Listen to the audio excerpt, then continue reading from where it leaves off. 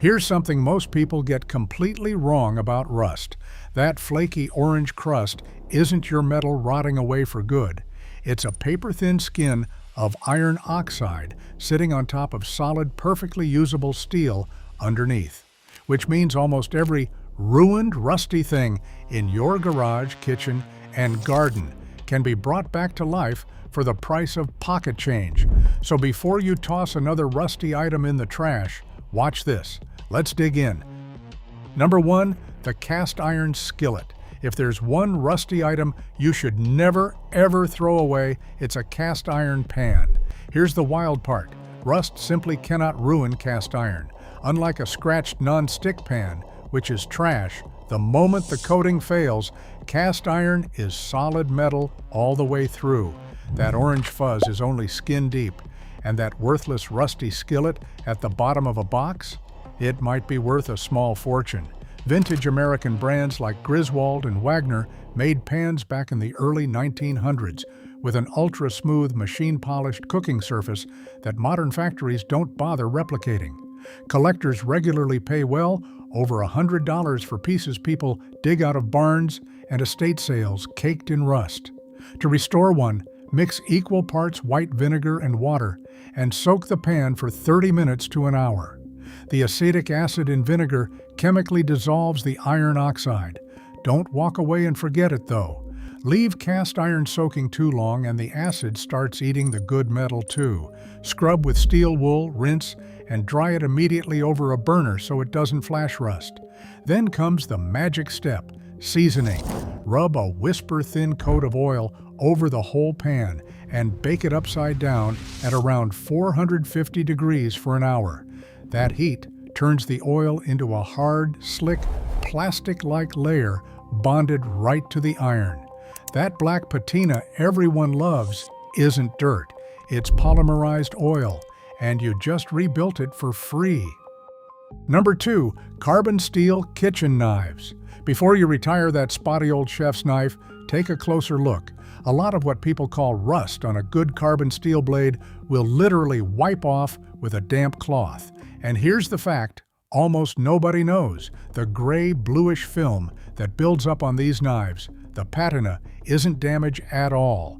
It's actually a protective layer. That patina is a stable form of controlled oxidation, and once it forms, it shields the raw steel underneath from the aggressive orange rust that actually does harm.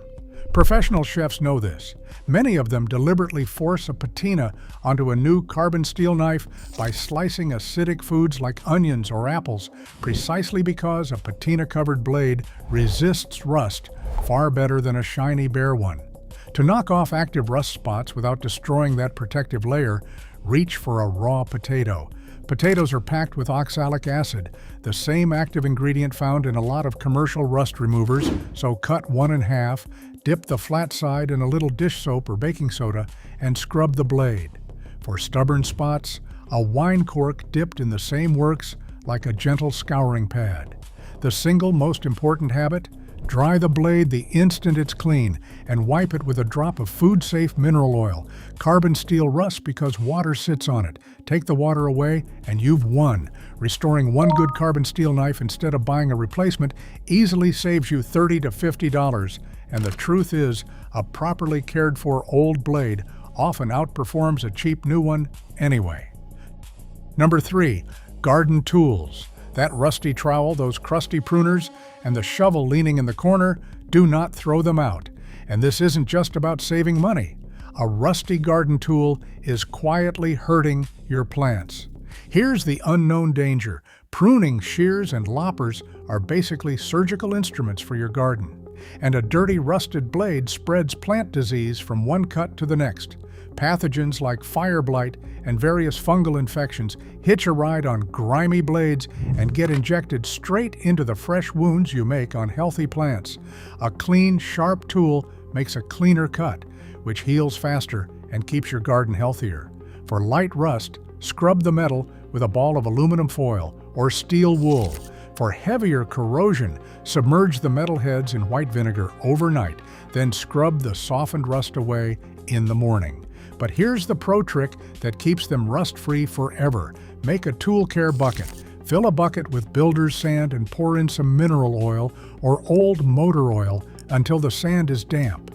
Every time you finish gardening, plunge your tool blades into the sand a few times. The sand scours off fresh dirt and rust like fine sandpaper, and the oil coats the metal to seal out moisture.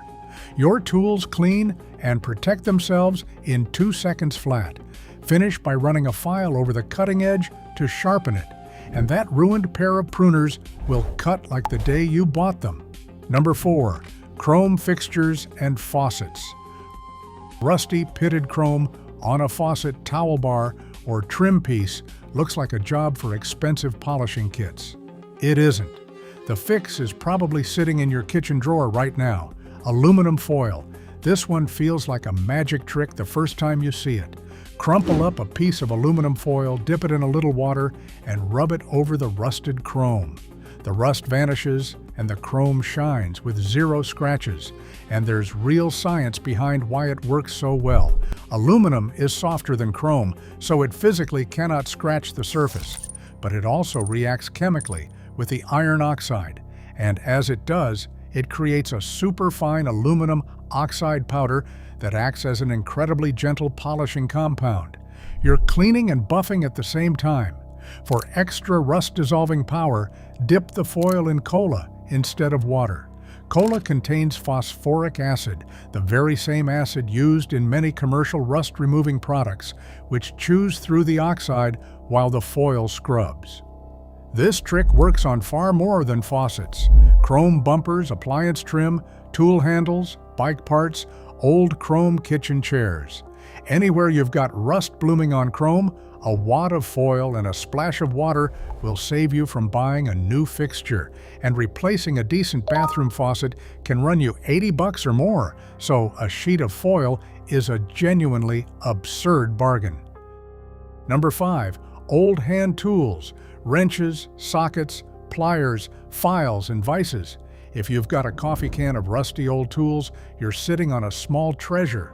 Quality hand tools from decades past were often made of better steel than the bargain bin stuff today, and there's a way to reverse the rust that feels like science fiction. It's called electrolysis, and here's the mind-bending part. It doesn't grind, scrape, or sand any metal away. It chemically converts the rust back using nothing but electricity, water, and a spoonful of washing soda.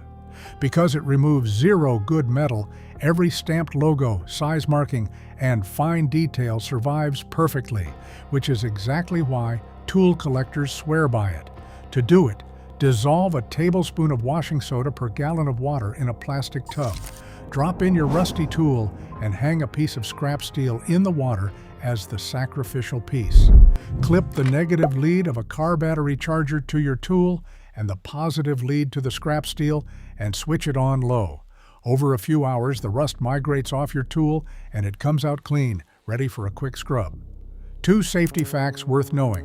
The process releases a little hydrogen gas, so do it in a well-ventilated spot away from flames, and always use plain steel for the sacrificial piece, never stainless, because stainless releases nasty chromium compounds into the water.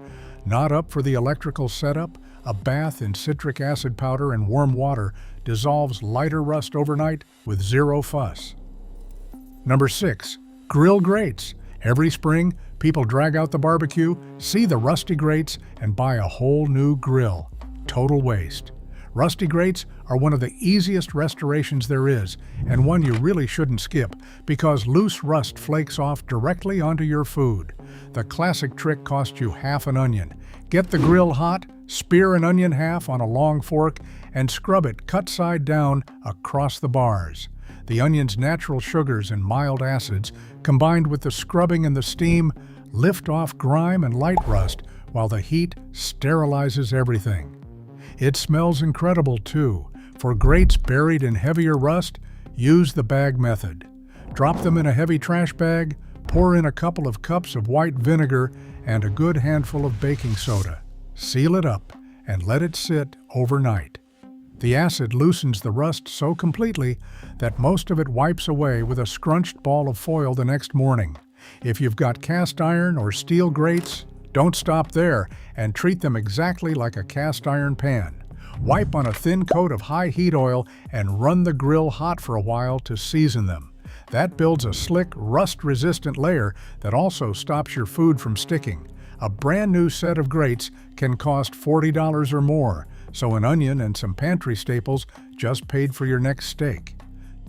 Number 7. Wrought iron and metal patio furniture. That rusty old metal patio set or antique garden bench isn't junk, and if it's genuinely old, it may be irreplaceable. Here's a fact that surprises almost everyone. Real wrought iron, the traditional hand-forged kind, hasn't been mass-produced in decades. Nearly everything sold today as wrought iron is actually mild steel bent to look the part. So an authentic old wrought iron piece is often tougher, denser, and more valuable than anything you could buy new. Throwing it out because of surface rust is a genuine mistake. Restoration is straightforward, just a little elbow grease. Knock off the loose, flaking rust with a wire brush, then soak the rusted areas with white vinegar, or lay vinegar-soaked rags right on the spots for an hour and scrub again once the rust has softened. For thick, crusty rust that won't quit, a phosphoric acid rust remover, often sold as navel jelly, is the heavy artillery. You brush it on, it converts the rust chemically, and you rinse it off. Wear gloves and eye protection because it's a strong acid. The critical last step people forget: seal it. Bare iron will start rusting again the moment it's damp. Hit the clean metal with a rust-inhibiting primer and then a coat of outdoor paint.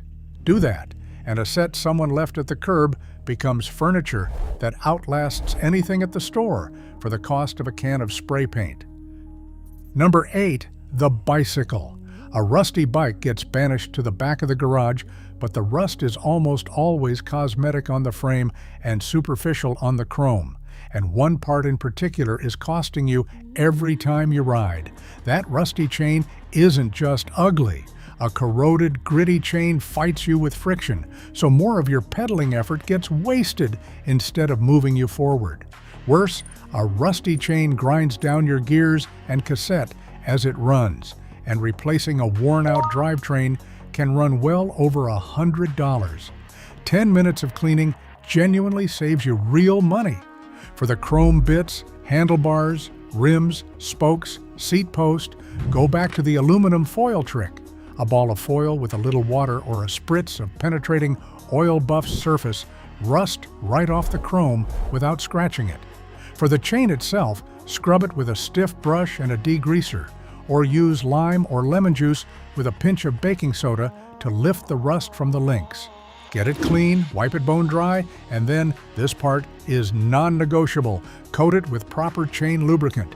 Never leave a chain bare, or it flash rusts within days. Air the tires back up, and a bike that looked destined for the dump rolls like new. Compare that to a couple $100 for a replacement, and it's not even close. Number 9. Cookie sheets and baking racks. Those baking sheets and cooling racks with the orange spots creeping across them, don't toss them, and please don't attack them with harsh chemicals you'll be putting food on later. There's a gentle, food-safe fix that works shockingly well.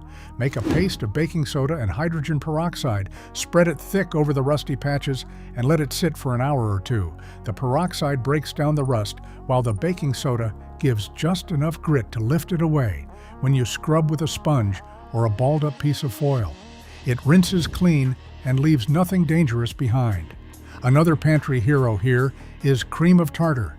It's mildly acidic, and a paste of cream of tartar with a little water or peroxide dissolves light rust spots beautifully. It's the same stuff bakers keep on the shelf for meringues. One important note: this is for bare metal, aluminized steel, and wire racks. If a pan has a non-stick coating, skip the abrasives entirely, because scratching that coating is what ruins it in the first place. Dry your bakeware completely before you put it away. Trapped moisture in a dark cabinet is exactly how the rust started. A decent half-sheet pan runs $15 to $20, and you've got several of them, so this little trick quietly saves a real chunk of change. Number 10. Rusty scissors and shears. Here's a small revelation that'll save you buying countless new pairs. A huge number of dull scissors aren't dull at all. They're rusted stiff at the pivot. Rust builds up where the two blades meet, gumming up the joint and pitting the cutting edges, so the scissors start tearing and folding paper instead of slicing it clean. People assume the tool is finished when it just needs 5 minutes of attention. The fix is the same oxalic acid trick from the knives. Cut a raw potato in half and work the blades open and closed while they're stuck into the potato flesh. The oxalic acid goes after the rust, while the motion cleans the pivot. Wipe the blades down afterward so no potato residue is left behind. For heavier rust on the blades, rub them with fine steel wool or a ball of foil dipped in a little oil, working along the length of the cutting edge. Then put a single drop of oil right on the pivot screw and open and close the scissors a few dozen times to work it in. You'll feel the action go from gritty and stiff to smooth and snappy. Give the edges a couple of passes on a sharpening stone if they're worn, and a pair of trash scissors cuts like new again for the cost of a potato and a drop of oil. Number 11. Antique tins, keys, hinges, and old hardware. Save the best for last. That box of old skeleton keys, cast iron hinges, decorative hardware, and vintage advertising tins.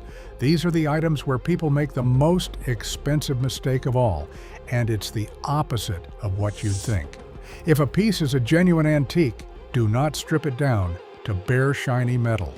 That aged surface, the patina, is exactly what collectors and dealers prize, and over-cleaning an old advertising tin, an antique lock, or vintage hardware can wipe out most of its value in seconds. The right move is a gentle clean that stabilizes the rust without erasing the age. A soft toothbrush, a little oil, and a light touch is usually all you want. For old hardware you actually intend to use again, hinges, latches, bolts, a soak in citric acid solution, or white vinegar loosens decades of rust so it brushes right off. There's also an old-timer's method for delicate rusted iron, a molasses bath. Mix roughly 1 part molasses to 5 parts water and let the piece soak for a week or two. Natural compounds in the molasses slowly chelate the rust away without touching the good metal. It's slow, but it's about as gentle as it gets. However you clean them, seal the finish afterward with a thin coat of wax or oil to lock out moisture. That rusty pile of forgotten hardware might refit an entire door or turn out to be worth more than you'd ever guess. So the next time you spot that orange crust and reach for the trash, stop. Odds are there's perfectly good metal right underneath, and a few cents of vinegar, foil, or baking soda will bring it right back. If this saved you some money, smash that like button and share it with a friend who throws away way too much. Subscribe and turn on notifications so you never miss a video. Thanks for watching.